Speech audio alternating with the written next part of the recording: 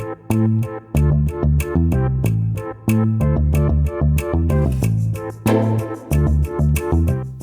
and welcome to the Dream Season podcast, an oral history of the 1989-90 UConn men's basketball season, also known as the Dream Season. This is episode 15, Heartbreak.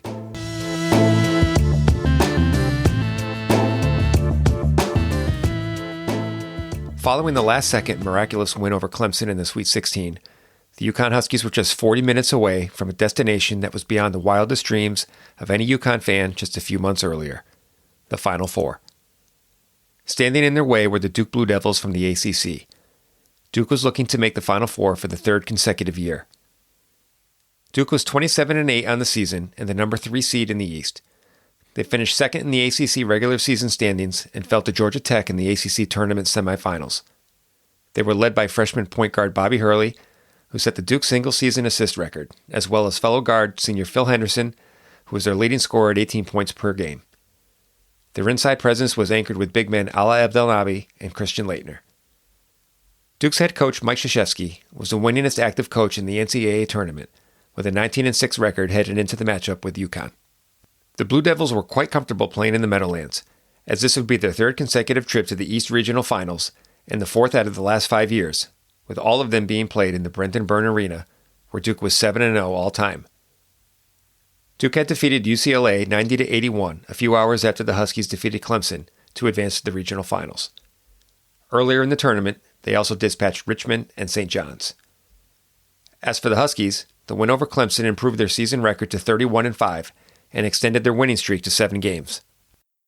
Despite the euphoria following Scott and Tate's heroics, Coach Jim Calhoun had some concerns.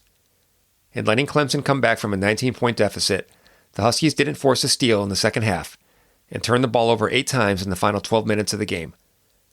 Foul trouble was also an issue, as Nadav Hennefeld sat for most of the second half with 4 fouls. As a reminder, the 6-foul rule that was in place for all Big East games was not in effect in the NCAA tournament, with 5 fouls being the limit. Calhoun chalked the Clemson comeback up to inexperience from the younger players and the fact that his team had stopped attacking Clemson. He was confident that this would not be an issue in the Duke game.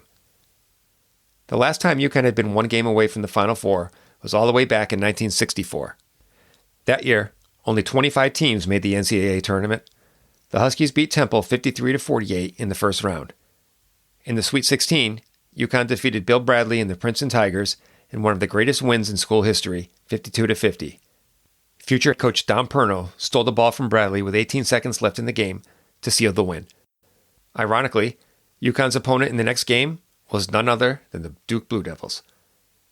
Duke jumped on the Huskies from the opening tip and cruised to a 101-54 victory to advance to the Final Four. As for the 1990 matchup, Duke's Coach K spoke with UConn Radio Network's Wayne Norman. As far as today's game is concerned, what do you see to be the key matchups?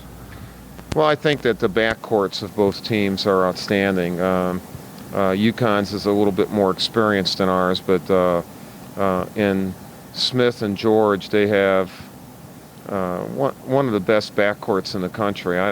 I've been very impressed. I've known Tate George for a while, and to watch him progress the way he has and take control of this team is something really beautiful to watch.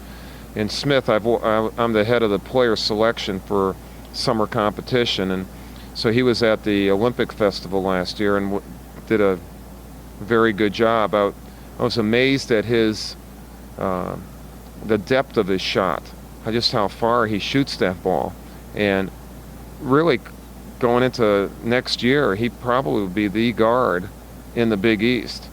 So I think you start with those guards and then with our guards because of the press that UConn throws up. Bobby Hurley and Phil Henderson they're always key performers, but they're especially key in this ball game. Besides UConn's press, are there aspects of their games that concern you? Yeah, I think that they do a great job of offensive rebounding. In watching the tapes of their games, you watch the press. Everyone says, well, you got to watch their press and that, but really they get after it on the offensive boards. And because of the number of substitutions they make, you can get a little bit confused as to who you have, and you lose blockout responsibilities. And they're fresh, they hammer the boards, And we gave up too many offensive rebounds against UCLA. If we do that again this afternoon, then UConn will beat us. Game time was set for 1:40 p.m. on Saturday, March 24th. CBS Sports' Dick Stockton and Hubie Brown set the stage.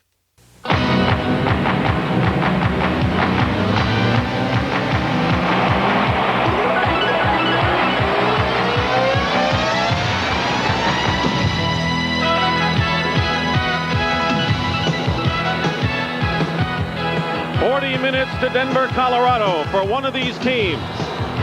And only one will still be standing. And across the Hudson River from New York City, this is the Meadowlands Arena in East Rutherford, New Jersey. And this afternoon, the Eastern Regional Final matches the Duke Blue Devils, third seed out of the Atlantic Coast Conference, against the top-seeded Connecticut Huskies of the Big East.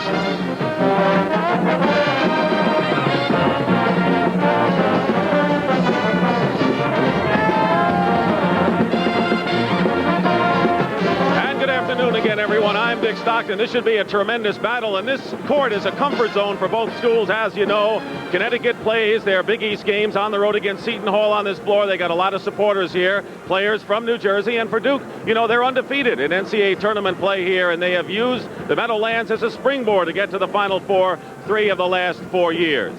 And my partner is Hubie Brown, and wouldn't you know it, he is from Elizabeth, New Jersey, so they're all over the place. Hubie, let's talk about the emotion of Connecticut after that great victory the other night. Can they sustain it one more time against tough Duke? I'd say, why not? In order to win the Big East, you must win Friday, Saturday, and Sunday playing this style of ball. They topped it off by defeating Georgetown on Saturday, Syracuse on Sunday. This is a young, energetic team that just thrives on the pressure defense and the chaos it creates. The size doesn't intimidate us as much or scare us as much, anywhere near as much as the full skill offensive level of this basketball team. You cannot be conservative against them. You have to be aggressive, and you have to be very smart. And if you are, then you got a chance to beat them. You know, these teams have met in a regional final before, back in 1964, when Duke, with Jeff Mullins, handily defeated Connecticut. Fred Schabel, who had come from Duke, was the head coach at that time. And everyone is talking about Connecticut's great pressure. But not to take a back seat is the great defense of the Duke Blue Devils, Hubie. Well, it's the heart and soul. The foundation of Mike Krzyzewski's ball clubs are the aggressiveness that is created by their man-to-man. Now, they'll give us different looks today, but that's the heart and soul. To me, the key in this ball game is, how will this game be refereed? Which club will adjust the quickest? Because we know that both of them, because of their tenacity, want the bumping and grinding. They do not want to see cheap fouls today. All right, so the stage is set. It's Duke against Connecticut, and the winner will go on to the Final Four. For the starting lineups for today's game, our public address announcer, Dom Alagia. Good afternoon, ladies and gentlemen, and welcome to the Meadowlands Arena for this afternoon's East Regional Final game between the Duke Blue Devils and the Connecticut Huskies. And now let's meet the starting lineups. For Duke, at forward, a 6'11 sophomore from Angola, New York, number 32, Christian Leitner.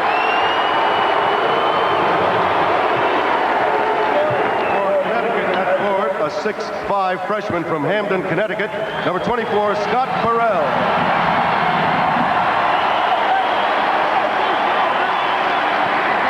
For Duke, at forward, a 6'5 senior from Fayetteville, North Carolina, number 21, Robert Brickey. For Connecticut, at forward, a 6'7.5 freshman from Ramat HaSharon, Israel, number 40, Nadal Penafel. For Duke, at center, a 6'10 senior from Bloomfield, New Jersey, number 30, Ala Abdelnabi.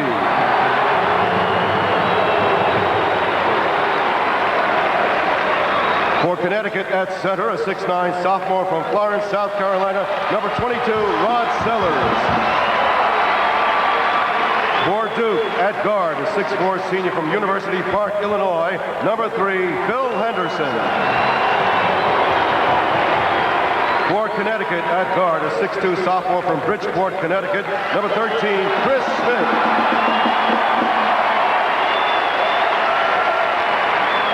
For Duke, at guard, a 6-foot freshman from Jersey City, New Jersey, number 11, Bobby Hurley. For Connecticut at guard, a 6'5" senior from Newark, New Jersey, number 32, Tate George. And introducing the head coaches for the Duke Blue Devils in his 10th season, Mike Krzyzewski. For the Connecticut Huskies in his 4th season, Jim Calhoun. Both teams began the game cold, with each shooting 1 for 5 from the floor to start. The Huskies opened up a 10-4 lead on a Tate George 18-foot jump shot. After a Christian Laettner three-point play cut the UConn lead to 3, Terreno Walker checked in. All right, Duke is in there, 2-2-1. It's the three-quarter court trap. And they get it inside on the baseline. Walker with the offensive rebound. Basket is good.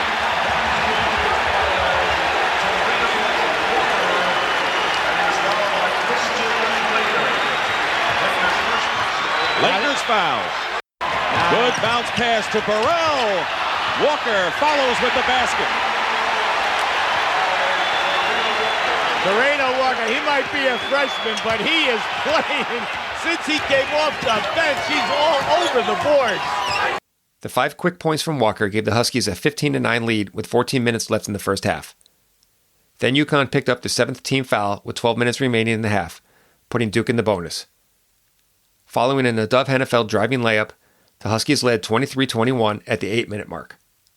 Then the Blue Devils embarked on a 9-0 run. Henderson left open. He'll shoot the three and hit it. Connecticut wants to stay with him, but he got loose there. Now, if you don't want to go inside, shoot a three. And Duke has opened up a 7-point lead. After the Henderson 3, Duke led 30-23 with 5:10 left in the half. The margin remained 7 at halftime, with the score Duke 37, UConn 30. The Huskies were outscored 26-15 in the paint, with the majority of the damage being inflicted by Ala Abdelnaby, who had 17 points in the half, 2 more points than his season average. UConn also turned the ball over 12 times in the first half, 2 less than their average for an entire game. The main issue for the Huskies was foul trouble. In addition to putting Duke in the bonus more than halfway through the half, 3 players had 2 fouls apiece. This forced UConn to be less aggressive with their defensive pressure, and the Blue Devils took full advantage. UConn was just 1-5 on the season while trailing at halftime, with the lone win coming against Georgetown in the Big East tournament. The second half began with 2 Christian Laettner free throws to push the Duke lead to 9 at 39-30. Then the Huskies started to roll. 4 points from Chris Smith and a Tate George jumper made the score 41-36 Duke. Tate stayed hot.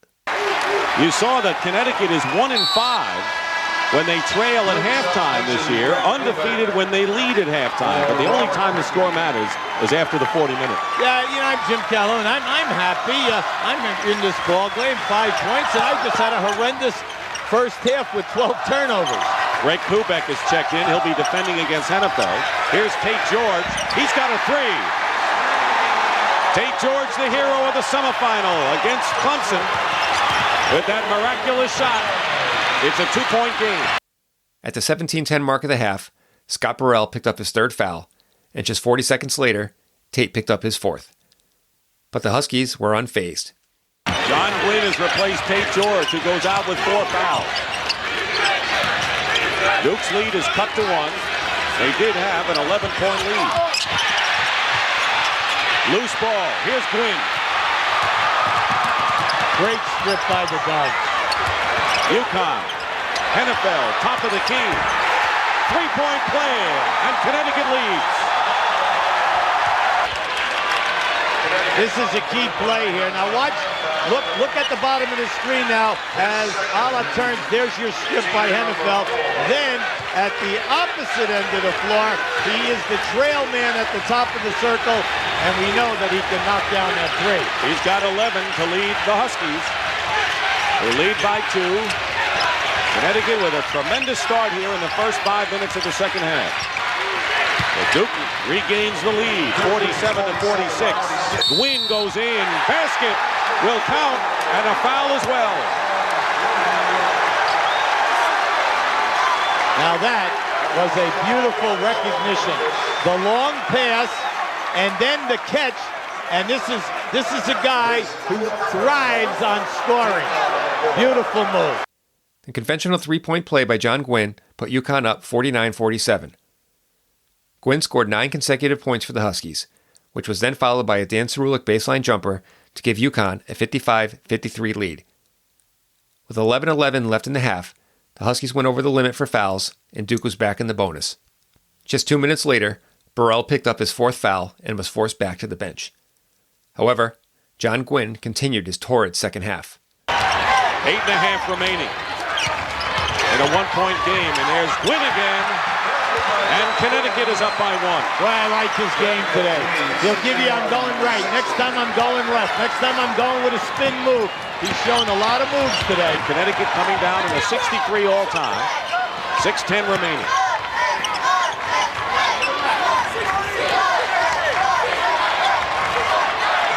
Chris Smith is directing. Here's Gwynn. Nice. Great move, great play by John Gwynn, who has 15 points and leads the Huskies. They all refer to him as Vinnie Johnson, VJ, and I'll tell you, he's got a lot of Vinnie's moves. Gwynn's basket gave the Huskies the lead at 65-63 with just under 6 minutes remaining in the game. It was 67-64 UConn as the 4-minute mark approached. Hurley is on Chris Smith. Plenty of time on the clock. Winding down to 4 minutes remaining in the second half. Nice. They found Burrell. Torreno Walker. See, Duke trap, a soft trap. What that did, that opened up Burrell down on the baseline. Beautiful recognition and a great pass. Bill Henderson misses a 3, but a foul against Scott Burrell, and that may be it for him. That is his 5th personal foul. Now he's quite dejected. He's quite dejected. Now here you'll see this beautiful recognition down inside.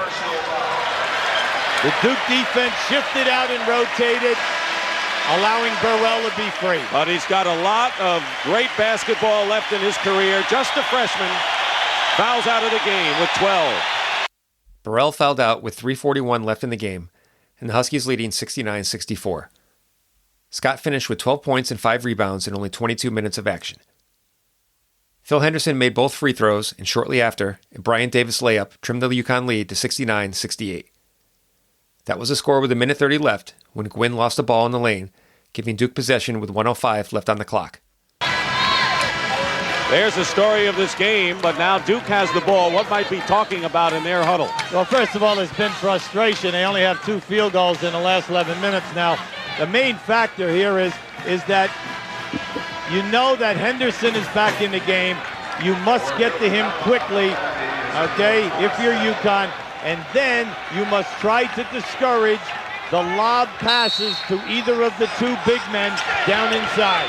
Lyman DePriest and Rod Sellers, both in for defensive purposes for Connecticut with 1 minute remaining. So you can't fall asleep in your zone now. You must know where Henderson is. Takes a 3 and hits it. I don't know if they fell asleep, but they might have taken a snooze. And Duke leads by 2. Timeout, Connecticut. Henderson's three-pointer gave Duke a 71-69 lead. Calhoun called timeout with 45.5 seconds left. And the first Duke lead since 9 minutes remained in this game. Remember, both teams are in a penalty. Tate George back in at point guard for Connecticut. Differential on the shot clock and the game clock is about 6 seconds. UConn trailing by 2. Tate George goes up. Abdelnaby with the big rebound. Hurley is fouled by Gwynn. And 2 big free throws coming up now. Hurley 1 and 1. Following the George miss, Abdelnaby controlled the rebound before passing the ball to Bobby Hurley, who was fouled by Gwynn, stopping the clock with 16.8 seconds left. Hurley went to the line to shoot a 1-and-1 and potentially pushed the Duke lead to 4 points. Bobby Hurley came out of Jersey City and a freshman, lacks experience. Coach K said no factor. He can handle the pressure. 78% from the line this year. Has only 2 points today, both from the line.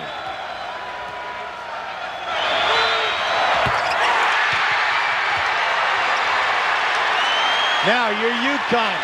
You understand that you're down 3. If he misses, you must advance quickly.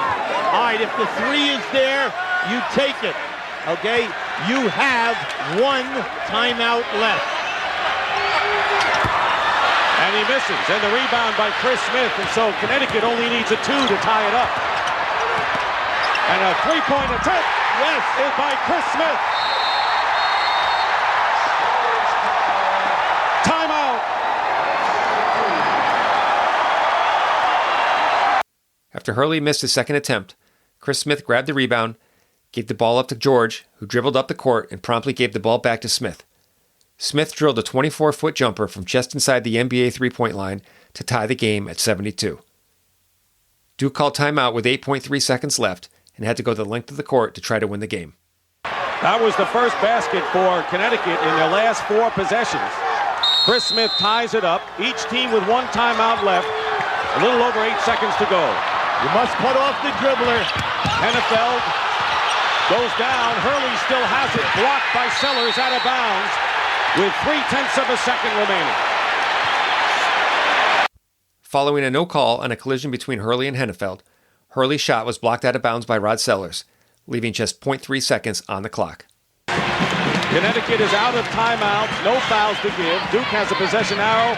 I was almost dare to say, what can you do in 0.3 of a second, but I dare to say it. No, but we all know that. We know that you can catch a basketball and shoot it because they've had this controversy since this new clock has come in the NBA. You can catch it and shoot it within 0.3 of a second. Let's see what happens. Hurley will inbound. They're looking for the lob under the basket. You have to test all of the people going for a lob, but you cannot fall asleep on a deep pass because the clock does not start until it hits my hand, someone's hand. We got 19,000 plus standing here. Hurley's lob, Abdelnaby goes off the rim, and we're going to overtime. But they had a chance. Abdelnaby's shot attempt at the buzzer just missed, and the game headed to overtime. The Huskies were 1-0 on the season in overtime games, defeating Providence 75-72 back on February 19th, while Duke was 1-1. UConn won the overtime tip, and Tate George immediately found Terreno Walker wide open under the basket to give the Huskies a 74-72 lead. On Duke's next possession, Walker stole a Hurley pass intended for Leitner, but the Huskies could not capitalize. The Blue Devils took advantage when Henderson hit his 4th three-pointer of the game to put Duke up 75-74. George found a cutting Hennefeld for an easy layup to put the Huskies back up 76-75 with 2:45 left, but Leitner responded a few moments later with his own easy bucket. With a minute 28 remaining, Henderson was called for an offensive foul, sending Hennefeld to the line to shoot a 1-1. Nadav missed the first, but Abdelnaby grabbed the ball while it was still in the cylinder, resulting in a goaltending call and a made free throw. Hennefeld sank the second, and the Huskies had the lead back at 78-77 with a minute 30 left. Connecticut by 1. Each team gets 1 additional timeout to what they had left over after the half ended. Tate George got a hand on it.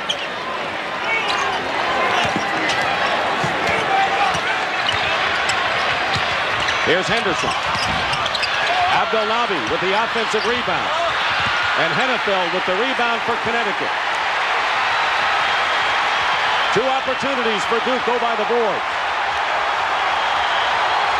Coach Calhoun is telling them, take your time. Take your time. He's talking to his 2 guys, Hennefeld and George. 10-second differential between the shot clock and the game clock here. Because of the smartness of UConn, you cannot get backdoored from the wing for an easy layup. Hennefeld trying to avoid a 5-second violation. Now, there are 12 on the shot clock. UConn has 1 timeout. Duke has 2. Smith has it knocked away from behind by Henderson. 3 seconds. 2 on the clock, and a long-range 3 missed by Tate George. And Duke down by 1. You've got to push. Time running out. Here comes Hurley. George got a hand on it, and it's Duke ball with 2.6 seconds remaining. A great anticipation on that cross-court pass by George. After George missed a baseline jumper with 12 seconds left in overtime, Hurley attempted a pass to Henderson, which Tate anticipated perfectly. Unfortunately, he couldn't control the ball, and it bounced off his hands with 2.6 seconds showing on the clock. Following a Duke timeout, it was Duke's ball on the sideline. Now what are the options for Duke with the ball? Not much time, down by one. Well, Duke has one timeout left. That's important because you must be able to get the ball in bounds. All right, the second fact is that Connecticut, if I'm defending, I want to put pressure on the passer so that he cannot pick out the movement. The next thing I'm concerned about is any kind of a lob pass to the front of the rim. Now, also, you must know where Henderson is out of this set. There's going to be picking all around the court. Duke still has one timeout left in case they can't get anything going.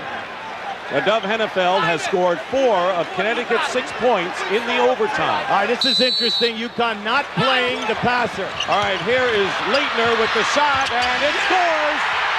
And Duke wins!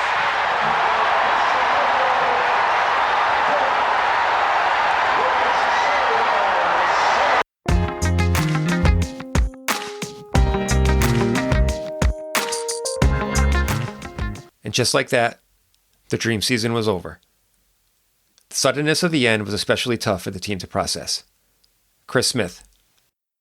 Oh, we were crushed. We were crushed because we felt like we were a Final Four team. We were crushed. We felt like we were better than Duke, and no way. It felt like somebody stole something from it, because we were winning and it was right there. And, everything was just aligned perfectly for us to go to the Final Four. Now, would we have beat UNLV? I don't know. UNLV was incredible, but it would have been great just for UConn history. It would have been great just to get there. And just to have 1 second change your whole life like that. That team should have been in the Final Four. Steve Peichel. Yeah, it was devastating, like that, that Duke game, because we thought we were better than Duke too at the time. Like I said, we had tremendous confidence at that point in time, and we were excited about playing Duke too. We had one day to prepare, but we also respected, them in the program very much. But that was an overtime game. I still remember Tate. We almost had a steal, and if the ball was kind of tipped towards inbounds, probably the clock would have ran out. And instead, it didn't go our way. Dave Lato. You go to the locker room, there's tears, as every team has to go through that doesn't win the championship. And Jim handling it, with great grace, and the special year we had just completed, particularly as we've been talking about the 3 years before that and what had happened. Guys, we did something really, really special that had never been done at UConn before. That's what we need to concentrate on. So in between the tears and, the missed opportunity to go to a Final Four, what had happened, 2 days before with the Clemson game and what had, turned about being fair play with the Duke game, trying to change that mindset. Tim Tolikin. The locker room after the Duke game in the Meadowlands, I remember it vividly. It was tough. Everybody was in tears, everybody. And to see this stoic Israeli guy crying, wow. And, Johnny Gwynn and everybody. But Jim was great with the team. Jim Calhoun. Dov Hennefeld was the Iceman, the stoic man from Israel. I saw tears coming out of his eyes, so I knew that it was really devastating for everybody. And we kind of hopefully mend their hearts a little bit and kind of praise them the way they should have been praised after an incredible season that really, really bound together the state, our basketball program, and the university, et cetera. So it was really special. Here's Nadav in the locker room following the game. It was a close game for 45 minutes. Anyone could win the game. It was them this time. Here's Nadav thinking back to that moment 3 decades later. Yeah, of course I remember that. It was, when people look at me from away, sometimes they look like I'm a very, I say, not an emotional, without an impression, kind of, but I'm a very emotional guy. But I can control it. then after this shot and after this game, you kind of want to, you feel like, it's 1 second. If you just did this, if you could just that, and if they just got the ball, and if you just missed it, you can miss the ball and miss the shot, and if it's so many ifs for this 1 second, it's like, why, after such a great year, why does it have to end this way? But this is life and this is a sport. But when you're there, when you're in the position, it's very hard. And for me, it was I kind of broke because I really took on myself the team, the game. Coach later recalls watching Tate nearly secure the win, as well as a mistake he made in the final moments of overtime. Yeah, Howie and Jim as well. I mean, he had the best view, but sitting there and watching that ball come to Tate, and if he grabs it, the game's over. And going right through, I don't think it was as clean as one might think that he just dropped the ball. I think he had to reach and maybe got his fingertips on it. But if it's a game of inches, yeah, it was a game of inches, because if he grabs that, we're going to advance. So that happened. It was like, oh, goodness gracious. And so the timeout was called. It was 2.6 seconds left. And I think I made this is me personally, I made an error that I said to myself after that game would never make before. Because of what I said, we knew you can't beat us because you can't score on us. Our defense had been so good that we relied on stops. If you gave us a choice to win a game going on offense or prevent the game another team from scoring on defense, we were always going to pick defense because we thought we were so good, particularly when we needed to be. So it was 2.6 seconds. We're in the huddle. I look up, I see the score, I see the time. I look behind us, and there's a Denver, not a poster, but a long thing, welcome to Denver kind of thing, as they would do for the winning team. And I said, doggone it. And I will swear to anybody, God rest, take my life right here. No one, not Coach Calhoun, not the staff, had ever thought about the Final Four. We were just on a journey, and we were getting to the next day and the next game. And at that moment, I said, 2.6 seconds to go, and we're going to Final Four. It's the first time it ever hit me that we could be going to the Final Four. And, it's never over until it's over. So we go out, the pass comes in, Leitner gets it back and hits the shot. And I spoke too soon in my own mind. And to this day, because it gets me back to 1986 with the Red Sox and Bill Buckner, when the Red Sox fans thought, you know what, we're going to win a World Series after all these years.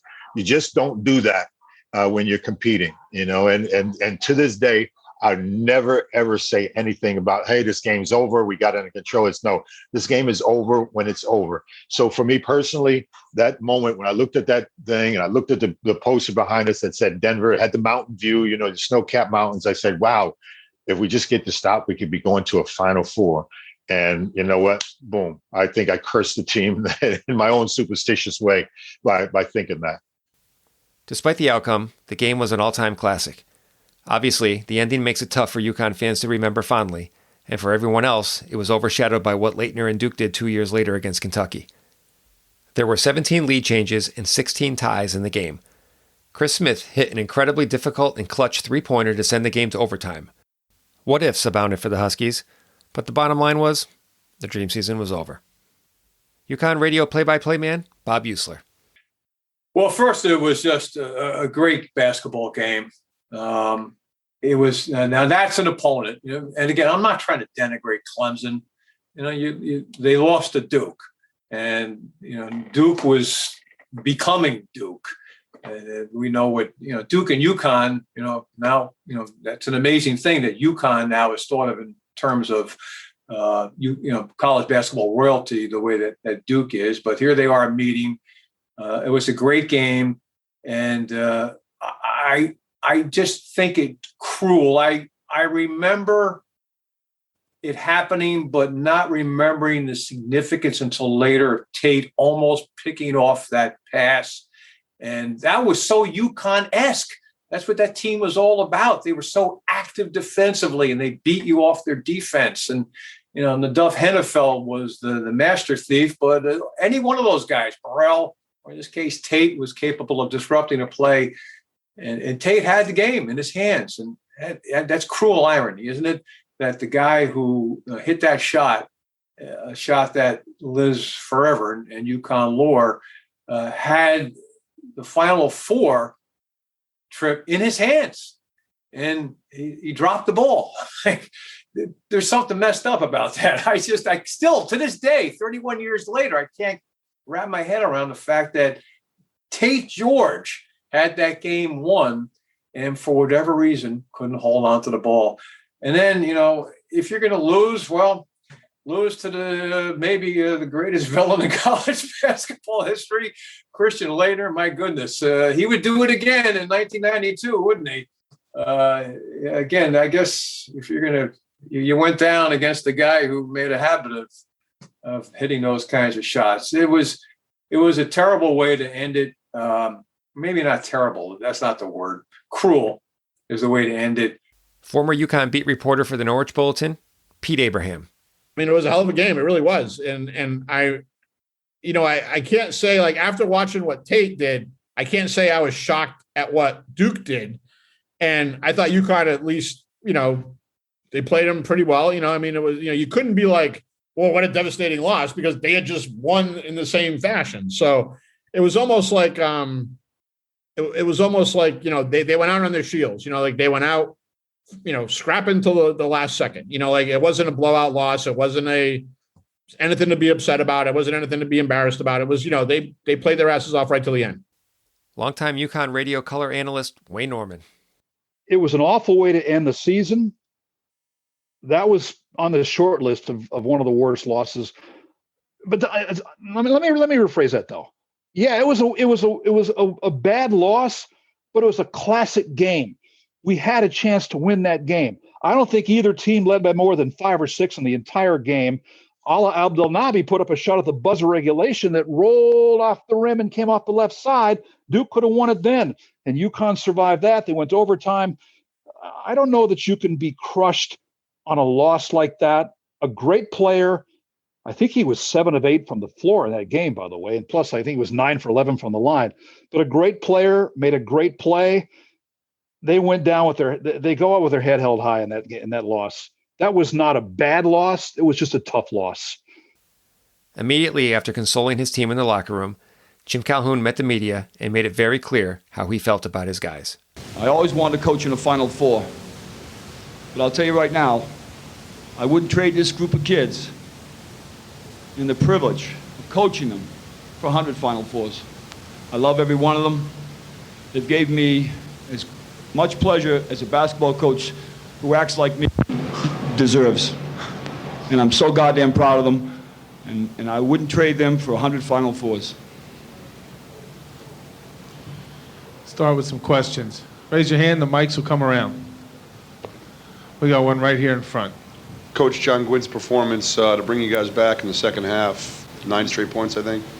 John was terrific, as they all were. There has been all year. We played a great Duke basketball team that Christian makes a tremendous play at the end, a double, triple clutch with Lyman and so on hanging on them, and they beat us. And they're going to Denver and we're not. But John was terrific, as I said. I think we all were. We get as we have all season.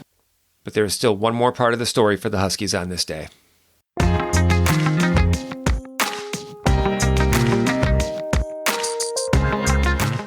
Around 7 p.m., about 3.5 hours after the game ended, students and other fans began to gather outside Gamble Pavilion in anticipation of the team's arrival back on campus. The team bus was delayed during the journey, as is typical during a trip from northern New Jersey to Connecticut. The crowd swelled in size, eventually lining both sides of Hillside Road before the doors to Gamble Pavilion were open. An impromptu pep rally began, aided by the arrival of the pep band and cheerleaders. Around 10:20 p.m., the team bus finally arrived to around 4,000 fans waiting inside Gamble to show their appreciation for what the team had accomplished. And it was just what the team needed. Chris Smith. Oh, man, that was special. I remember the crowd, man. It was that made us feel better because even on the bus ride and even on we were upset, man. We were really upset, and we were trying to figure this thing out in our brain, like what happened? What happened to us? How did we lose this game? But when we got back to Gamble and saw the people and the love that we received, we knew we had a special season. We knew we did something special, and people really appreciated it and felt good about UConn basketball. And that made me feel really, really good about making my choice to come to UConn and play for Jim Cal. Rod Sellers. I remember after the Duke game, we were in the dump. Everybody in the dump. It's because the Final Four was so close. I think we were the same side of the bracket as Arkansas. And we knew we were going to beat them. And we knew that we can give UNLV a run for their money. We always called it a coin flip. That's a coin flip. We go out there, we just going coin flip. So in our mind, we thought we had a chance. So to now, not and being so close, man, we're coming back. The bus is like quiet. I mean, you could hear a pin drop on the bus. Nobody's saying nothing. And I remember, driving back. You're replaying the thing. Man, so close, so close. Like I can still see Tate. Oh, so close. And then we get to Manchester, and I remember you see cops. Like, damn, we get like a police escort. And I'm like, oh, what's this about? And so now the closer we're getting to, I think exit 68. Closer we get into the exit, you're seeing people like lined up on the streets. You're like, oh, what is this? And people are starting like that, clapping for us and cheering for us. So now you go from literally being in the dumps, being in the tank, to now this like feeling of joy and appreciation of love. And I mean, that still gives me chills, just seeing like the people lining up. And then once we turn and we get on the street to go to campus, I mean, people are just flags waving, UConn, and going crazy. We get to campus, people are hanging out of the dorms. They're going nuts. They got flags flying out. We love you, blah, blah, blah. Oh, that was awesome, man. And then we get to the Gamble and all of those people were in there. Man, that just gave you the confidence. Just like, man, we're going to do it again. We're going to do it for you guys, man. We thank you guys. I mean, that was an incredible experience. That's probably one of the, top 10 greatest moments of my life ever, man. Just witnessing that, being in that. Like, wow, this is awesome. This is unbelievable. This is why we came. This is why we came here, Coach Calhoun addressed the crowd. I just want to say to all of you that this season with our basketball team has been very special. And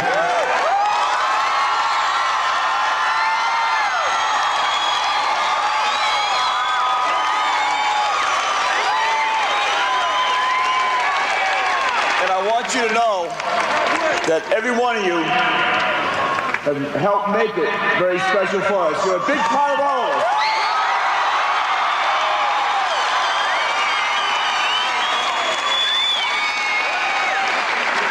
And lastly, before I bring Tate and Steve on, just one thing.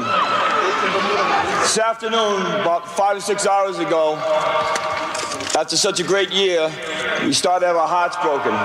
And we honestly, God, never expected this. And by you coming out here,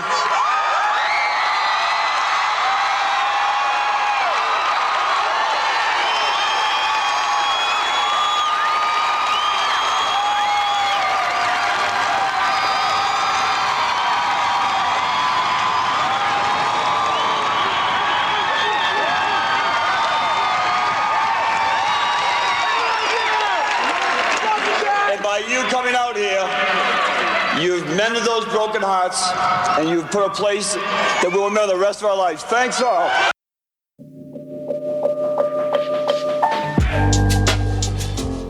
coming up on the next episode of the Dream Season podcast, the lasting legacy of the 1989-90 UConn men's basketball team. The Dream Season podcast is researched, written, and produced by me, Matt Edwards. Written sources for this episode are the archives of the Hartford Courant and the Daily Campus. Audio content is from interviews that I conducted, YouTube, and Wayne Norman's archives. You can connect with the show via Twitter and Instagram at Dream Season Pod. If you have any memories to share about anything I just mentioned, want to correct me on something I screwed up, or just have general feedback to give, send me an email at dreamseasonpod@gmail.com or call and leave a message at 903-884-8990.